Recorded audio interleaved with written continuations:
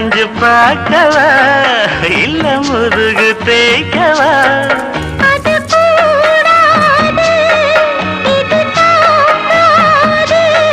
சின்ன தாங்குதான பூவ தாங்குது கொத்தி வச்ச மல்லிகை மொட்டு பூத்திருச்சு ரத்தத்தை விட்டு பேசி பேசி ராசியானதே